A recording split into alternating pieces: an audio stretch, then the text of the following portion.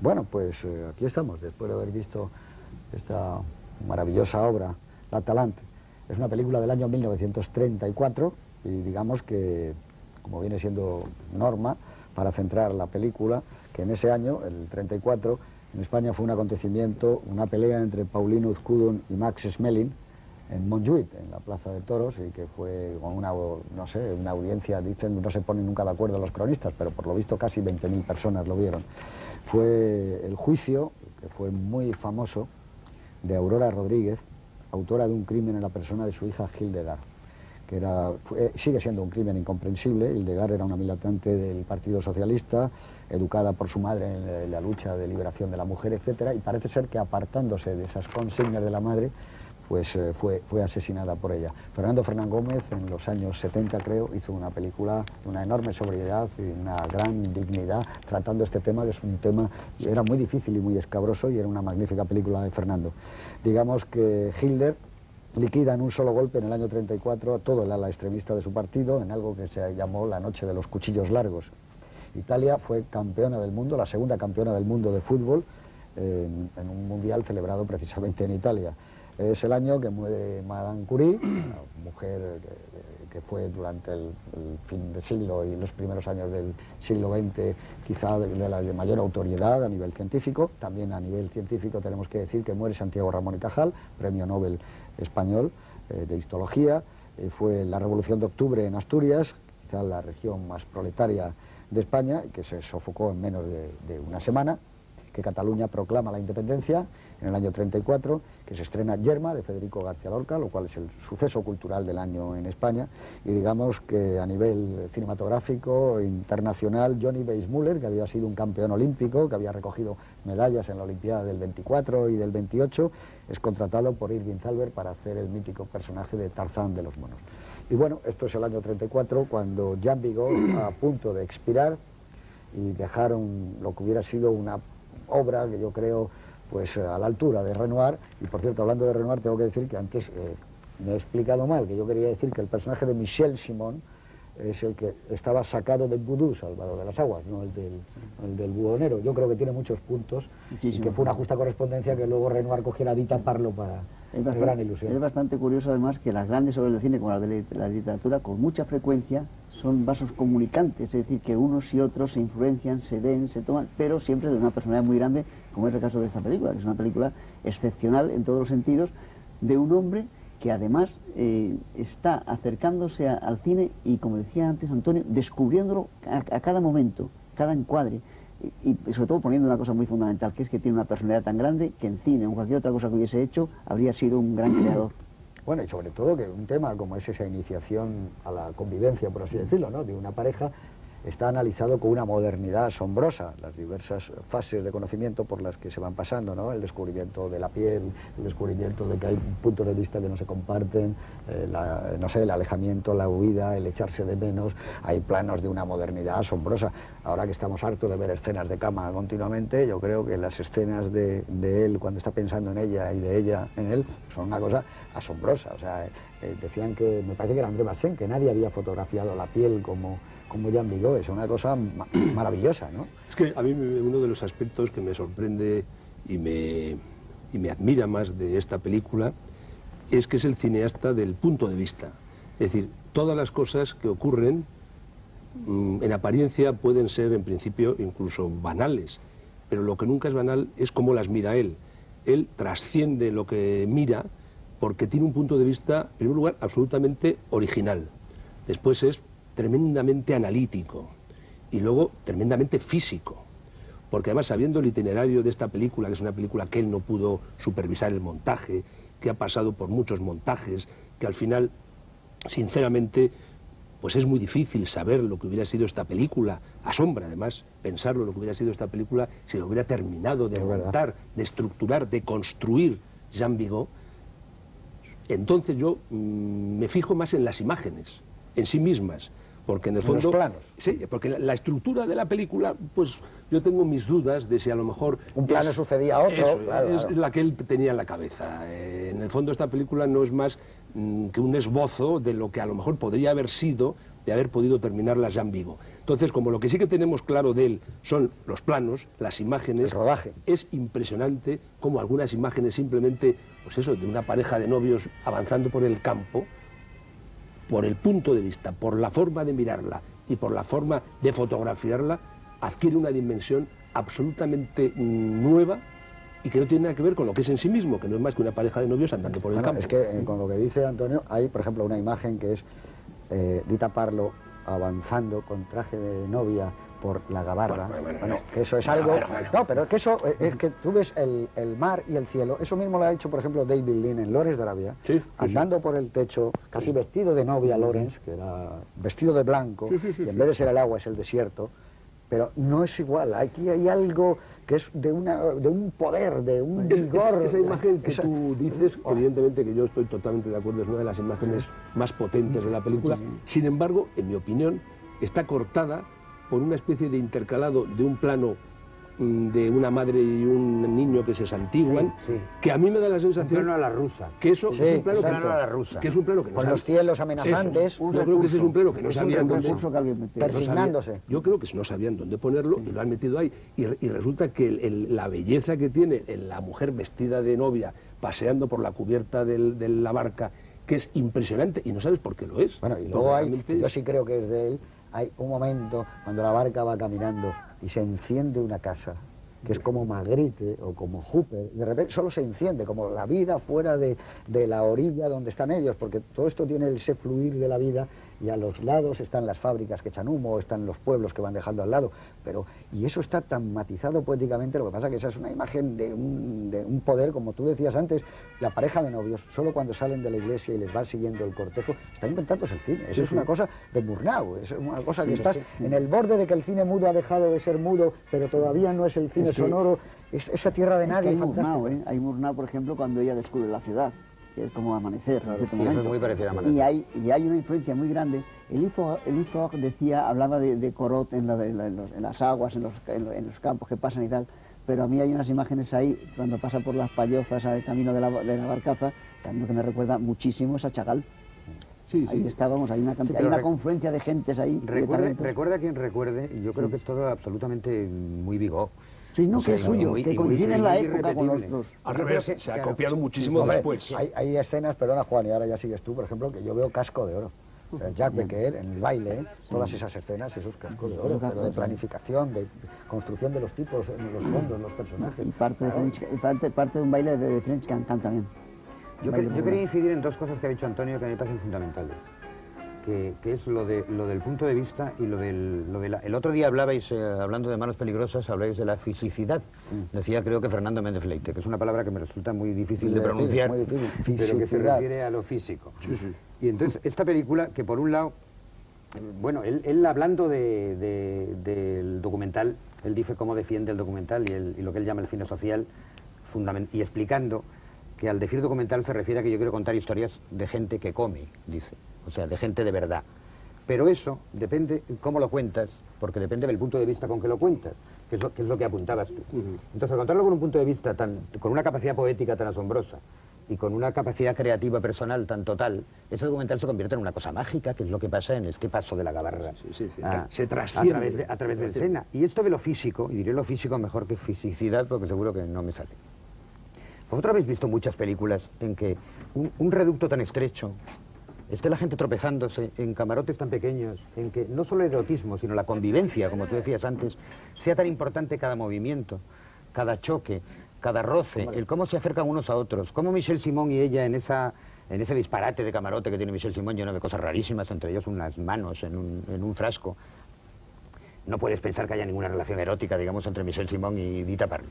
Pero llega el marido y se enfada muchísimo porque tienen que estar tan juntos y en la litera, que produce una impresión que a lo mejor el erotismo soterrado, pero es el erotismo de la convivencia en un sitio pequeño. Bueno, y esto es importantísimo en la película. Eso está visto en un plano cuando la ropa sucia, que ahí si hubiera olor incluso, despediría el olor, eso que destrifó de las películas con olor. El abrazo que se dan el primer día cuando amanece y asoma ella por abajo y él se acerca, se dan un abrazo que es el abrazo más táctil, que se tocan. Primer abrazo del mundo. El primer abrazo es un abrazo absolutamente... Y dices, ¿pero en qué consiste porque no deja de ser más que un abrazo, pero es esa mano de él que baja y la toca realmente, la toca y la desea, y el beso, ese abrazo realmente es una imagen de una potencia, y a veces pues dices, ¿en qué consiste? Pues consiste en que este hombre realmente, simplemente con mirar y con el punto de vista, trascendía realmente lo que fotografiaba. Lo que pasa es que ha dicho antes una cosa, Juan, al presentar, yo creo que ha puesto perfectamente la película, es que hay como una poética que está cogida del surrealismo, de las vanguardias. Eso tiene a veces Buñuel, ese punto de vista del que tú te decías. Y son imágenes como nuevas que salen en la cabeza de muy pocas gentes.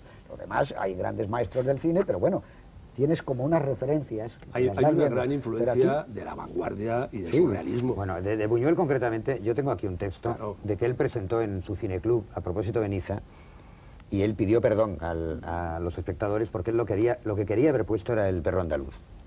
Y Buñuel no había dejado la película. Entonces su presentación de A propósito de Niza consistió fundamentalmente en hablar de Buñuel, o sea que la influencia de Buñuel debía ser bastante notable. Él no sé cuántas películas podía haber visto de Buñuel por fechas, podría haber visto El perro andaluz, La edad de oro y Tierra sin pan y no más. Tierra sin pan tampoco. Ni siquiera. No, Tierra sin pan sí entra. Hombre, sí, pero no la habría visto. No la habría visto. Cuando hace lo del Cine Club de luego no. No lo habría visto, pero que sí tiene que ver por este lado del surrealismo.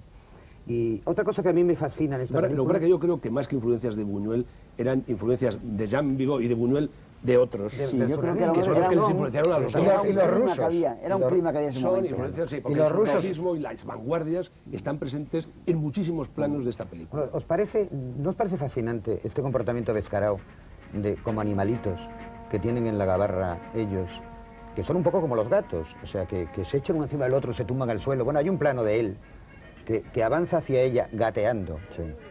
Pasa por la cámara. Que pasa por la cámara, que es una cosa fascinante, o sea, es como uno de los gatos. Y el ataque de los gatos a él que le arañan en la cara. Los gatos que pasan por encima constantemente cuando ellos están en otra situación. Esta especie de olor a carne reunida y a espíritu y a alma reunida también, o sea, no solo a carne, porque además el erotismo, yo insisto mucho en el erotismo siempre, lo cual me parece que está bien, a mí me lo parece, por eso insisto.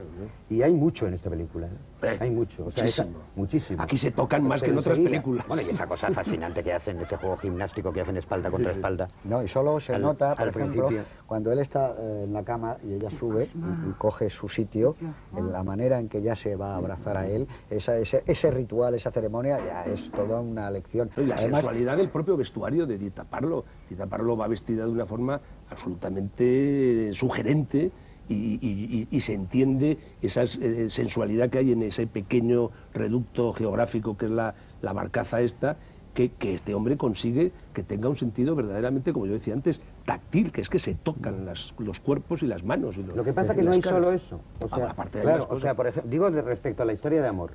O sea, no hay solo la historia, digamos, física, que está muy bien que esté y es muy importante, sino está también esa necesidad espiritual de que este hombre no existe sin ella.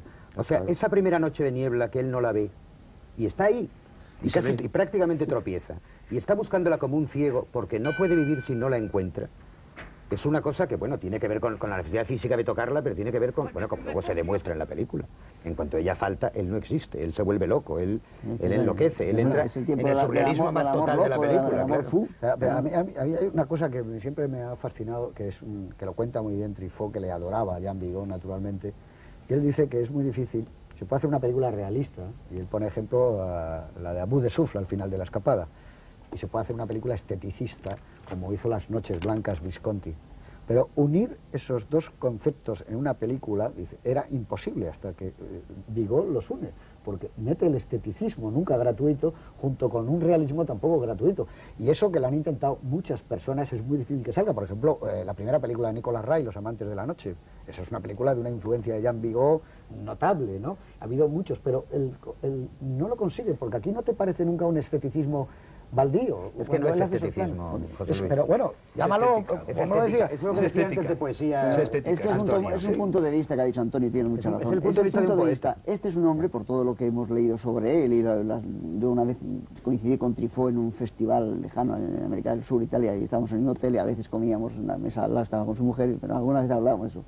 Es que este hombre era así, era un personaje juguetón, era un personaje risueño, a pesar de las tragedias que tenía en su vida, y a pesar de ser un hombre que era tuberculoso desde muy pequeño, muy pequeño, había visitado a su padre en la cárcel, había pasado de todas las calamidades del mundo. Sin embargo, parece ser que era un hombre muy intachable en su conducta, siempre estaba jugando, por eso hace que los personajes de pronto se arrastren de rodillas y tal. Sí, como animalillos, Si piensas en un hombre que tiene esa visión de juego y de que la vida tiene ese punto de vista en el que a todo se le puede sacar partido y se puede uno reír de todo, entiendes mucho mejor cómo está contada la película y cómo es la relación de amor y todo. No es una relación de amor normal de un chico y una chica que se encuentran y se besan, no, aquí la arrastra, caen al suelo.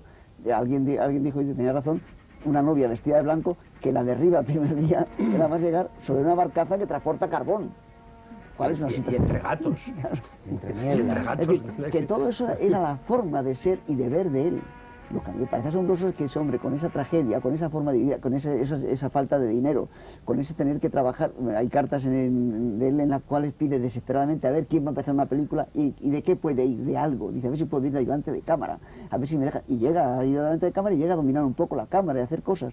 Es un hombre que tiene la necesidad física, por así decirlo, de hacer cine, de encuadrar con una cámara. Y la primera cámara que tenía, que se la regaló su suegro, la tuvo que vender.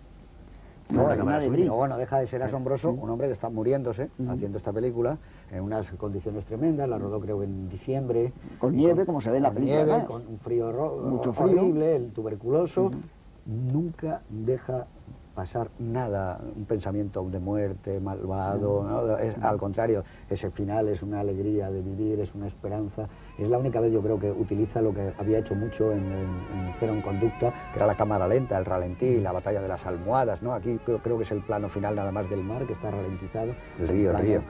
Perdón, el mar. Tienes razón, porque río, ese río parece el mar, o sea, porque ese río parece el mundo. Luego hay una constante en lo del punto de vista, si os habéis fijado, la cantidad de planos que hay en picado o en contrapicado, es decir, hay muy pocos planos, los hay a la altura de los ojos. Normalmente por algún motivo que habría que analizar, quizás eso lo explican, le gusta mucho rodar desde el punto de vista alto, quizás también por razones prácticas del escenario, pero luego cuando sale a exteriores normalmente es al revés. Le gusta mucho retratar y reflejar a los personajes sobre el cielo, casi siempre un cielo muy gris y un cielo un poco como amenazante, pero eso es simplemente esa altura de la cámara, a veces también produce un cierto... Tuvo un operador bastante importante. Boris Kaufman. Claro, pero hay una circunstancia de rodaje que por lo visto ese invierno fue muy cruel, incluso en algún momento se quedaron bloqueados por el hielo, y entonces dice que en ciertos momentos tuvieron que chutar hacia el cielo para no ver las casas y las líneas y tal, y al contrario también chutar sobre y como nunca se ve el hielo alrededor, queda tan misterioso y tan sorprendente. Lo que pasa es que, claro, y luego efectivamente se ve que esa necesidad se convierte en un estilo. Se convierte en un estilo cuando hay un hombre de talento detrás. Porque digo que así queda tan raro ese plano misterioso y maravilloso de este señor chupando y mordiendo el hielo cuando lo ha perdido ella, porque nunca has visto hielo en el resto de la película, ni antes ni después. Parece y además, tal como está montado, parece que es un... que no sé si él lo hubiera montado así o no. Tal y como está montado. Está metido dentro de otra secuencia a la cual vuelve. Sí. Que es un plano espléndido. Da la sensación que es como una especie de imaginación. Es como una metáfora. O de metáfora. Pero es una metáfora tan física. La película se nota mucho en algunos aspectos, evidentemente no consigue para nada ni siquiera tocarla, que hay planos, que está clarísimo que los montadores definitivos de esta película, estos hombres admirables por otro lado, que han reconstruido la película, claro, como lógicamente no tenían ni el talento ni las instrucciones de Jean Vigo, hay planos que en la película se notan que están puestos un poco, porque los tenían, y que yo creo que están puestos un poco no demasiado acertadamente, porque ese plano que decíamos antes de la mujer, que es esa antigua y tal, está puesto en medio de una secuencia que te saca un poco, incluso y rompe un poco la unidad de estilo. Ese del hielo, que es un plano maravilloso, yo tampoco me parece muy acertado. Está muy bien que hayamos visto ese plano, porque ese plano se ha recuperado en la última reconstrucción. Yo estoy convencido que esa ha sido la política de los reconstructores, que han dicho, vamos a poner todos los planos que hemos encontrado, aunque no sepamos muy bien dónde él tenía pensado colocarlos. Es que además, como las instrucciones de montaje que hizo Vigo desde la cama, enfermo, para su copia definitiva de estreno, que nunca existió, esa copia, esas instrucciones se han perdido. Claro. Como esa copia no la respetó la Gaumont y la montó de otra manera, después se perdió el negativo y después este señor se murió, la labor de la gente que la ha reconstruido ahora, hablando con antiguos colaboradores, Claro, con el pero es protagonista. muy difícil. No tenía No, instrucciones. pero ha consistido fundamentalmente en lo que decía Antonio, en que todo el material que había, que no estaba montado, lo metemos, como sea. Y bueno, gracias a Dios que lo Yo ha quisiera metido, saber claro. cómo es la idea que él maneja ya desde el principio de que en el agua ves a tu amor.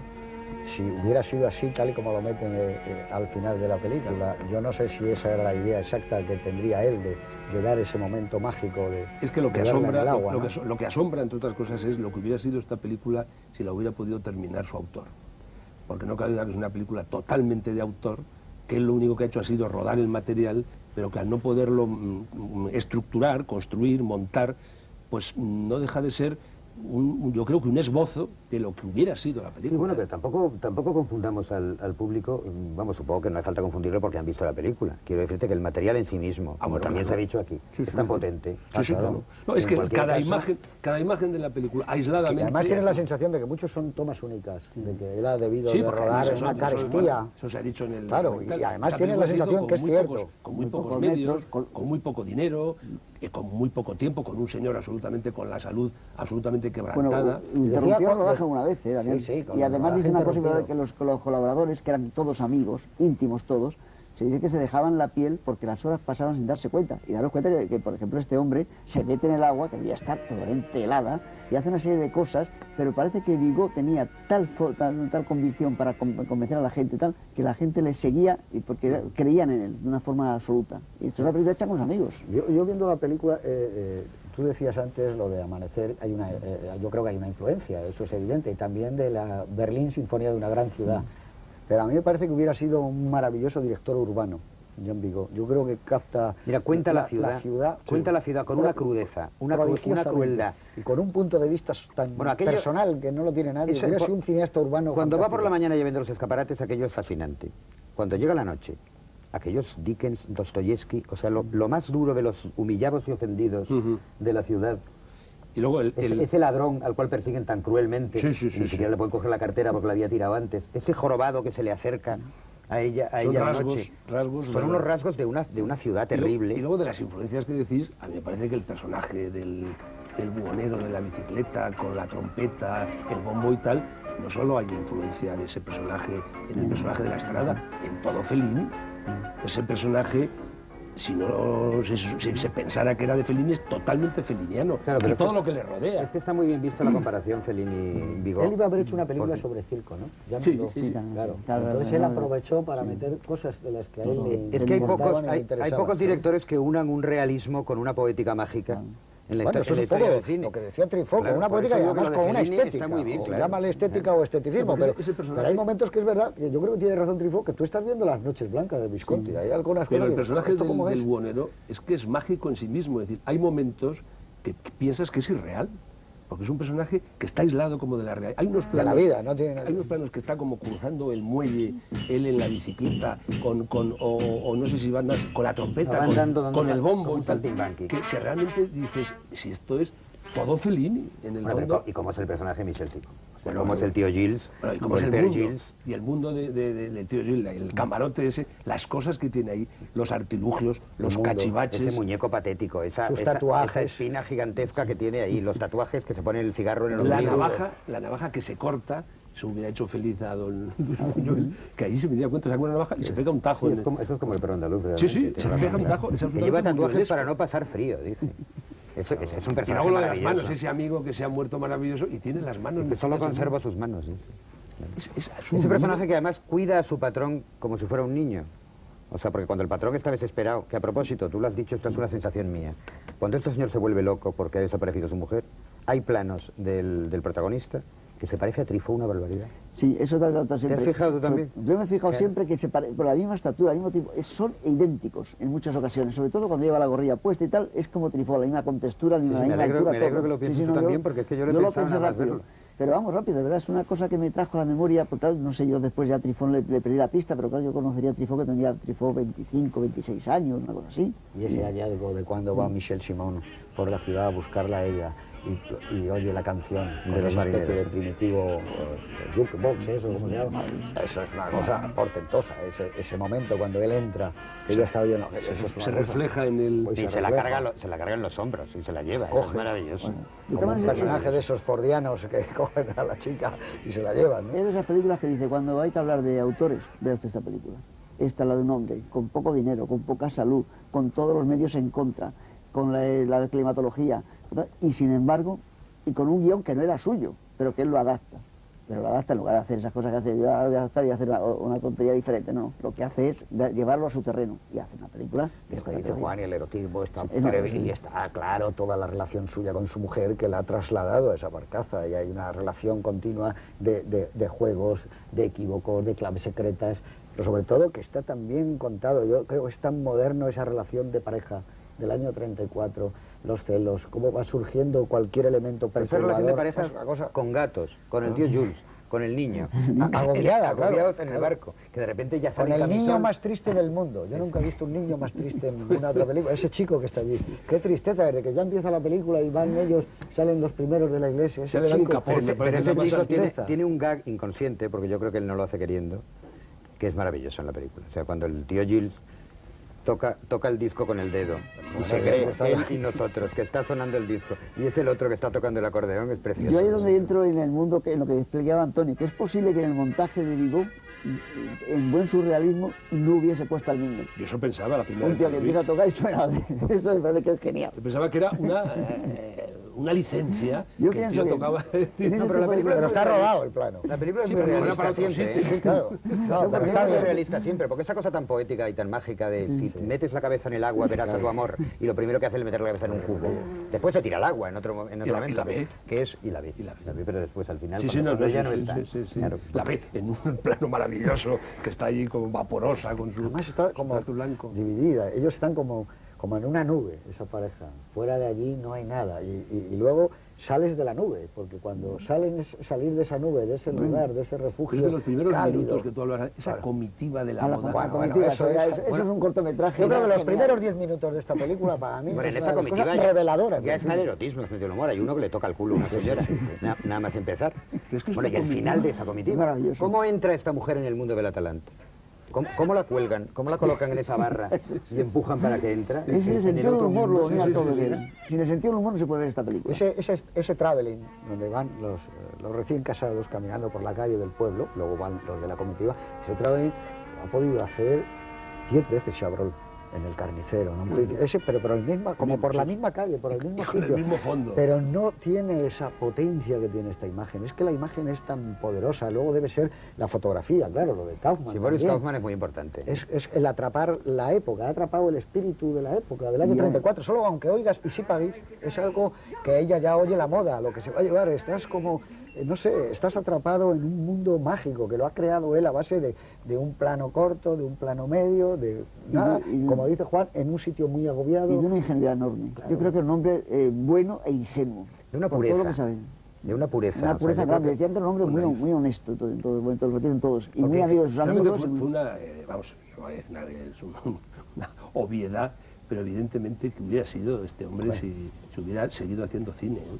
Sí, porque por ejemplo las otras obras que a propósito de Niza, está bien, pero bueno, es un documental muy bonito. Pero en conducta... Ah, claro, ya. Y el otro que es la historia que hizo del campeón este de natación, ¿no? Sí, Él hizo un sí, documental sí, a un sí. campeón de Una natación cosa de 10 francés. minutos. Sí, Sí, bueno, rodó en una piscina. un estudio sobre el cuerpo, yo la pude ver, pero vamos, pero ya cero en conducta. Ya, esa es una la obra cosa- más grande que se ha hecho libertaria, yo creo, en la historia del Sobre cine. todo eso. Y Tiene, con humor, ¿eh? También. Tiene una carga Hombre, ideológica. claro, es que lo libertario cuando está bien es con humor. La Cuando- carga ideológica que tiene Cero en conducta es única. O sea, no se ha hecho una película con ese canto no a la libertad, sino a lo libertario y a lo ácrata y a la anarquía. Por eso en el 68 no me extraña Era que los su padre, estudiantes... pero es que era Sí, su sí, padre. claro, Si es que claro. su padre era un Era un gran, libertario importante. era un gran líder. Claro. Y desde luego yo creo que lógicamente esa película y este personaje debió de ser un mito para todos los jóvenes estudiantes de la Sorbona. Claro, por del eso estaba en el 68. Claro, eso estaban allí, Dicho sí, Sí, esto. pero estuvo antes en otro totalmente. momento clave esta película. ¿Os acordáis? Habéis hablado, ya, bueno, yo lo he leído nada más, pero el famoso festival del film maldito de Biarritz, que organizó Cocteau con André Bazin, con François Mauriac, con un montón de gente, intelectuales y demás. Y en ese año se pone, por supuesto, se pone la Talante, y se pone La Dama de Shanghái y pone una serie de películas maravillosas, y se reúnen y hacen una especie de manifiesto donde ciertas películas que no han tenido el éxito debido allí cobran una importancia extraordinaria, y de ahí arrancan muchas vocaciones y muchas cosas. Además, yo me imagino lo que debió de ser cuando se autorizó Cero en Conducta, al cabo de los años, en el año 46. 45, después de la guerra, cuando acaba la guerra. Cuando se autoriza Cero en Conducta, debió de ser una impresión el ver esa película que había estado prohibida pero casi igual que 10 la edad de años. oro de Buñuel, o sea, es igual de escandaloso. De ese mismo nivel. Claro. Yo creo que la realmente batalla de las almohadas. el mito de Jean Vigo, evidentemente son sus dos películas largas, vamos, aunque una sea mediometraje, pero nace con Cero en Conducta. Es que Cero en Conducta fue un impacto absolutamente sobrecogedor. No, pues yo creo que si solo hubiera hecho Cero en Conducta estaba en la historia del cine. Bueno, y sobre todo, por eso yo creo que ha habido una persona, tú citabas cuando os veíais que era Truffaut, claro, Truffaut le marca porque los 400 golpes sale de Cero en Conducta, eso es evidente. Antoine Duanel corriendo al final, buscando el mar. Bueno, y por ejemplo, ¿por qué corre y busca el mar el protagonista de esta película en el Havre? En esta película que no da ninguna explicación, porque ahí no la puede buscar a ella. O sea, él llega, baja, llega a la playa y se va corriendo hasta el mar, mira y vuelve, que es una playa especial. Que es uno de los dos planos más misteriosos de la película. Ese y el del hielo, posiblemente por el sitio donde está colocado. Y ese plano a los cineastas o a los cinéfilos no podemos evitar al acordarnos después del plano de Antoine Duanel, claro, evidentemente. Es que además Truffaut, como sabéis, tuvo una infancia muy dolorosa y muy parecida a la de este personaje, es decir, que Truffaut anda de mal en peor, y lo refleja en parte en su primera película, hasta que lo adopta, y lo adopta por su amor al cine ante Bazin, lo lleva a su casa y tal. Eso es que además, el personaje de Truffaut de los 400 golpes podría ser Jean Vigo de niño. Claro. Perfectamente. Podría ser Truffaut de niño, realmente. O Truffaut o Jean Vigo. Además, yo creo que es que Jean Vigo ha estado presente siempre en su cine. Sí, incluso el erotismo que hablaba Juan, o el amor que va reflejando esta película, es un poco con la misma ingenuidad de La Sirena del Mississippi. El enamoramiento que va teniendo del mundo. Hay un homenaje a la Talante en ¿cómo se llama esta película de Bertolucci, por Dios? Conformista. No, hombre, no, la más escandalosa de tango. En el tango, en el último tango en París, en la parte que a mí me gusta menos del último tango, que es la parte de Jean-Pierre Léaud, hay un momento que está con la chica en el Sena y tiran al agua un salvavidas que se llama la Talante. Y es Jean-Pierre Léaud quien lo está haciendo. O sea, que da igual Bertolucci ahí. Lo que importa es que es Jean-Pierre Léaud, que es el socias de Truffaut. ¿Y qué me decís de la interpretación y de la composición corporal y de todo tipo de Michel Simon en este film? Bueno, es que Michel Simon era eso que llaman los franceses un monstruo sagrado, ¿no? O sea, ¿cómo consigue componer la descomposición? Porque es un personaje descompuesto. O sea, es un personaje que es como si se le fueran a caer los brazos y que no se sabe cómo anda. ¿Cómo se puede...? La expresión corporal tan enormemente moderna con la que trabaja este hombre para componer esa descomposición física, es asombroso. ¿Os acordáis del testamento del doctor Cordelier? La descomposición del personaje de Monsieur Opal, de Renoir, está también muy influida por el trabajo que había. Si Renoir, sus dos actores fetiche han sido Jean Gabin y Michel Simon. Michel Simon debía ser, que va muy bien claro conmigo, porque debía ser de ese mismo tipo. Es decir, que habéis visto, hay una cosa que no se llegó a montar y que se pasó en la Filmoteca, incluso con alguna claqueta, que es una entrevista que hace Rivet, reúne ya muy mayores a Renoir y a Michel Simon y empiezan a recordar viejos tiempos. Y Simon, a lo mejor 70 y tantos años, seguía siendo el chico travieso que vemos en todas estas películas. O sea, que era un personaje que debía de cuadrar perfectamente. Michel Simon está trabajando hasta hace 15 años, no creo que yo recuerdo películas ya de Michel Simon ya muy mayor. Hombre, el viejo y el niño de Claude Berry. Pero hace 15 años no creo que y nosotros con su gramófono. Con su gramófono que va reconstruyendo con pedazos de cosas. Pero claro, hay como un paralelismo entre la ternura del gramófono, ella caminando por la gabarra. Ese final, a mí siempre el final me deja hipnotizado. Yo no sé si porque tiene algo que ver también el agua de cierto hipnotismo, pasa con el río de Renoir, con muchas películas, pero ese final abierto y lleno de esperanza, del que fluye algo tan difícil de definir, como quizá eso que llamamos la vida, ¿no? Pero que está fluyendo con una sensación grata, tranquila, de un señor que se está muriendo. Eso es tremendo, porque, por ejemplo, yo recuerdo otro caso parecido de un señor que estaba filmando muriéndose, era Jacques Becker, cuando hacía su obra maestra, que era La evasión. Pero ahí había algo continuamente que recordaba su enfermedad, el problema que tenía del hierro en su cuerpo, continuamente había aparatos, hierro, los clavos, martillos, había como una obsesión continua. Aquí es todo lo contrario, es un canto de alegría, como si él dijera, ¿no? Curioso, porque hablando de Jean Vigo, está claro que a muchos de nosotros realmente los que nos gustan muchos cineastas. Es cierto que nos gustan muchísimos cineastas, afortunadamente, porque estamos muy abiertos, pero que siempre tenemos cierta predilección por los cineastas de la mirada. Estamos hablando siempre de Dreyer, de Rossellini, de Vigo, de Renoir, porque son distintos, son otra cosa. Quizás los admiramos porque son más inalcanzables, porque realmente lo más difícil es poner la cámara en un sitio, fotografiar a un señor y que aquello tenga una dimensión absolutamente distinta. Pero es que ahí es donde realmente uno intuye que ahí es donde está realmente la hondura de este oficio nuestro. Y además fíjate con qué limitación tendría, supongo que, porque habéis visto en el documental se ve la cámara de rodaje y tal, la limitación de objetivos y de cosas que tuvieron ahí. Claro. Pero resulta curioso que este hombre que es capaz de rodar en esos camarotes, que reproduce exactamente igual para poder tener esa estrechez que decía Juan, este mismo operador rueda 12 hombres sin piedad. Ahí es que Lumen... Es que además él era hermano de Giga Bertov, el que has citado tú, del cine ojo, claro, claro. con toda esa influencia del cine soviético metida y esa influencia documental, surrealista, poética.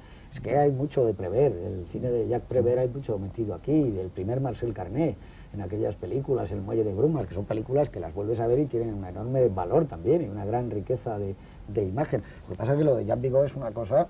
Claro, que no solo yo creo que nos ha asombrado a nosotros y probablemente a la gente que ha visto esta noche la película también, sino claro, que es que a gente del talento de Truffaut, de Renoir o de esto... Claro, a salir, claro, es lo que decía Antonio, ¿qué hubiera sido si este hombre hubiera hecho 10 o 12 películas? ¿Por dónde hubiera ido? Pues claro, hubiera sido... Es lo mismo de Murnau. Murnau le pasa lo mismo, muere con Tabú prácticamente.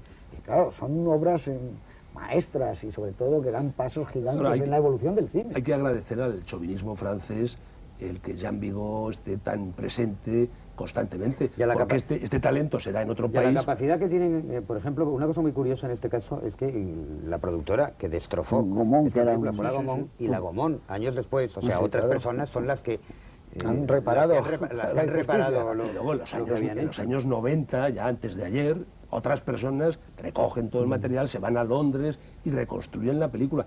Esa especie de deificación de Vigo es de agradecer, porque yo pienso que Jean Vigo nace en este país nuestro y a lo mejor hoy ya no se acuerda nadie. No, pero Jean Vigo ahora mismo tiene, aparte de ser un mito del cine, es una leyenda con la potencia de Bogart o en pintura de Van Gogh, o sea que es una leyenda. Pero es que está el premio Jean Vigo, la Cinemateca Jean Vigo, es que Jean Vigo está presente en la cultura francesa. Bueno, en Francia le llaman el santo patrón de los cineclubs, no solo porque él empezó a inventarse los cineclubs, sino porque los cineclubs han vivido, sobre todo en Francia, durante mucho tiempo de poner estas películas. Y es el padre de la Nouvelle Vague. Eso es evidente porque con pocos medios... Es el primero que hace un tipo de cine distinto, como tú dices, sin medios, sin apenas iluminación, si se ve en el documento del principio, claro, y mucho cine italiano, y mucho neorrealismo, de todo lo que nace con ese movimiento, claro. Mucho Fellini, es decir, es realmente un pionero que inventó el cine. Y si me apuras del camarote de los hermanos Marx, también ya puestos a decir cosas. Pero eso es por la estrechez de escenario. De escenario. Pero lo que sí es verdad es que...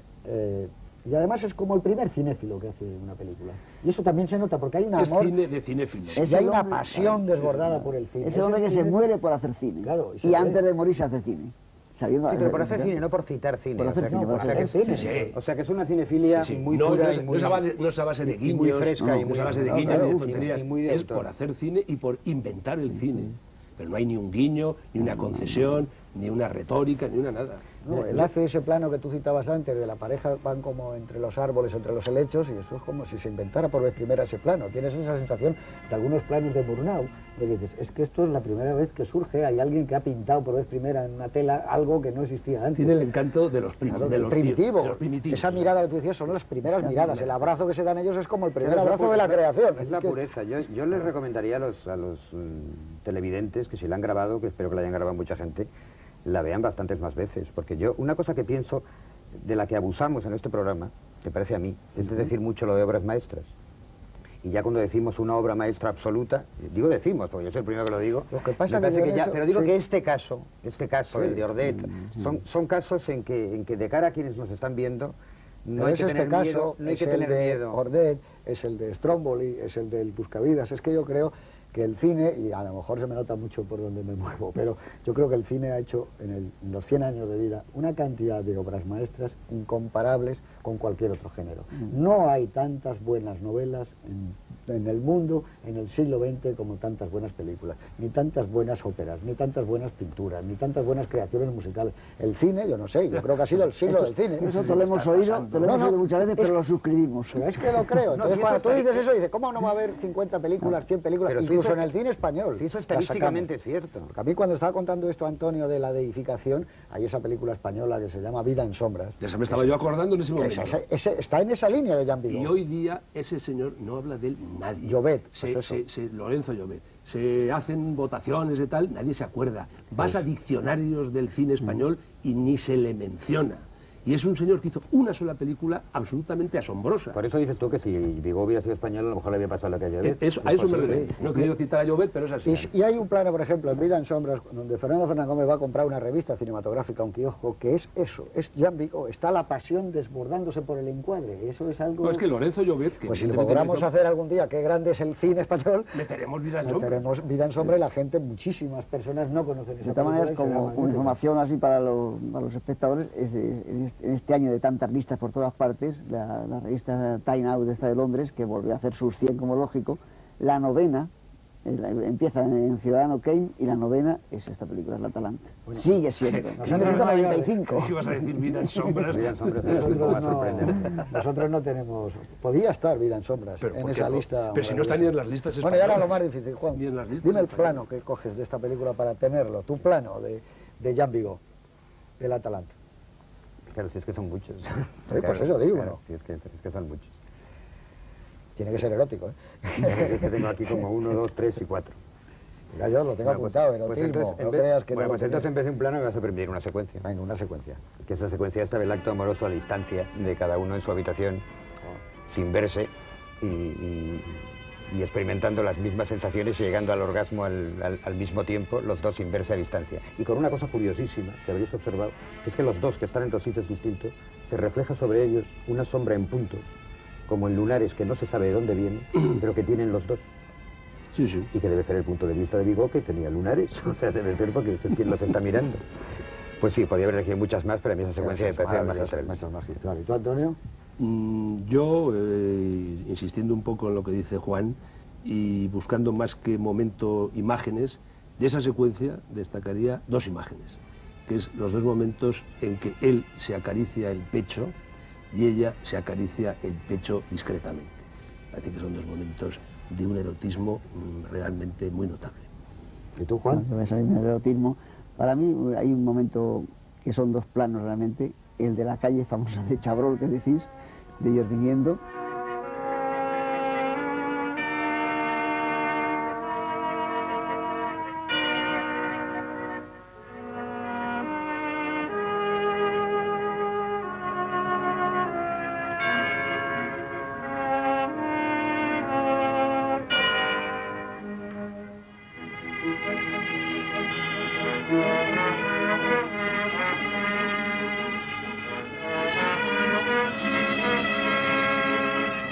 Y luego cuando pasan entre las payozas, camino del bar, esos dos planos para mí son maravillosos.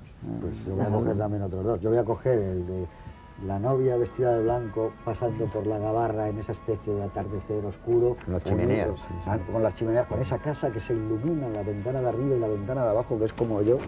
Me recuerda a Magritte, me recuerda a esos cuadros, la invención de la luz.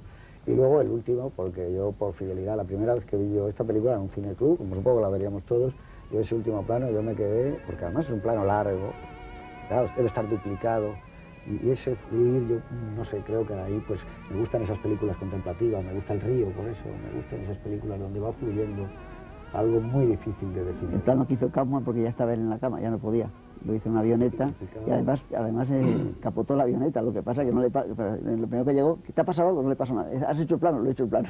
Eso fue que era la conversación de ellos dos.